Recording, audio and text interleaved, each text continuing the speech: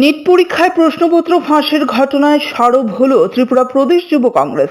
বুধবার আগরতলা কংগ্রেস ভবনে এক সাংবাদিক সম্মেলনে কেন্দ্রীয় শিক্ষামন্ত্রী ধর্মেন্দ্র প্রধানের পদত্যাগ এবং ন্যাশনাল টেস্টিং এজেন্সি বাতিলের জোরালো দাবি জানান প্রদেশ যুব কংগ্রেস সভাপতি নীলকমল সাহা। তিনি অভিযোগ করেন, দেশের অন্যতম গুরুত্বপূর্ণ প্রতিযোগিতামূলক পরীক্ষায় বারবার দুর্নীতি ও প্রশ্নপত্র ফাঁসের ঘটনা প্রমাণ করে এনটিএ সম্পূর্ণভাবে ব্যর্থ হয়েছে। এখানেই শেষ নয়, নিটের প্রশ্নপত্র ফাঁস হওয়ায় প্রদেশ যুব কংগ্রেস দাবি করেছে প্রধানমন্ত্রী নরেন্দ্র মোদী যেন বিনা স্বার্থে প্রকাশ্যে ক্ষমা চেয়ে নেন। নীলকমল বলেন, দেশের 22 লক্ষ ছাত্রছাত্রী নিটের জন্য প্রস্তুতি নিয়েছিল। দেশের আর্থিক প্রবৃদ্ধির হার থিতিয়ে পড়েছে বলে অভিযোগ যুব কংগ্রেসের। এর জন্য কেন্দ্রীয় সরকারকে দায়ী করেন তিনি। এদিনের সাংবাদিক সম্মেলনে উপস্থিত ছিলেন যুব কংগ্রেস সভাপতি ছাড়াও সংগঠনের নেতা তন্ময় ধর, ডক্টর পার্থপ্রতিম দত্ত এবং লিপিকা রুদ্রপাল। নেতৃবৃন্দ জানান, শিক্ষার্থীদের স্বার্থে এবং দুর্নীতির বিরুদ্ধে আগামী দিনে রাজ্য জুড়ে আন্দোলন কর্মসূচি সংগঠিত করা হবে। পাশাপাশি দোষীদের দ্রুত গ্রেফতার ও নিরপেক্ষ তদন্তের দাবিও তোলা হয়।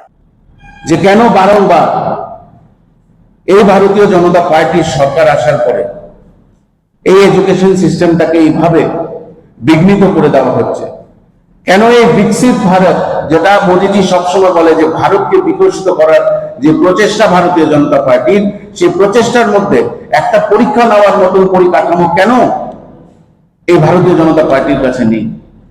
আমরা ত্রিপুরা প্রদেশ যুব কংগ্রেসের পক্ষ থেকে তার তীব্র ধিক্কার জানাই। আমরা দাবি করছি অতি সত্বর যাতে এই এনটিএ ন্যাশনাল টেস্টিং এজেন্সিটাকে ডিসলভ করে দেওয়া হয়। আমরা তৎসাথে এই মিনিস্ট্রি অফ এডুকেশনের যে প্রধান ধর্মেন্দ্র প্রধান, ওনার পদত্যাগ চাচ্ছি এবং অতি সত্বর আমরা চাই এই দেশের প্রধানমন্ত্রী যেন এই 22 লক্ষ ছাত্রছাত্রীদের জন্য অ্যাপোলজি, যেভাবে উনি মন কি বাত করেন সেভাবে যেন উনি ওনার অ্যাপোলজি চান। এটা আমরা যুব কংগ্রেসের পক্ষ থেকে দাবি জানাচ্ছি। আমরা দেখেছি যে 5 রাজ্যের ইলেকশন হয়ে যাওয়ার পরে আমাদের দেশের প্রধানমন্ত্রী মোদীজি দেশের সাথে কিছু উপহার আমাদেরকে দিচ্ছে। কিছুদিন আগে আমরা দেখেছি উনি দেশবাসীর উদ্দেশ্যে বলেছেন যে তেল যেন খাবারে আমরা কম ইউজ করি। উনি বলেছেন পেট্রোল ডিজেলের সেভিং করতে। উনি বলেছেন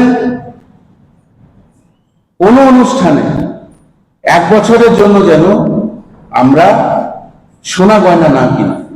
ইতিমধ্যে আজকে আমি শুনতে পারলাম যে সোনার দাম 6% ইন্টারেস্টের থেকে সেটা 15% গেছে।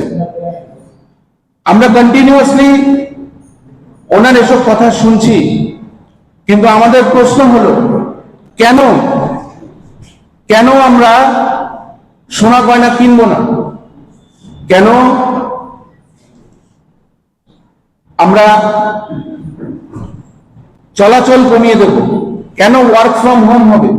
কেন স্কুলে ওয়ার্ক ফ্রম স্টাডি হবে?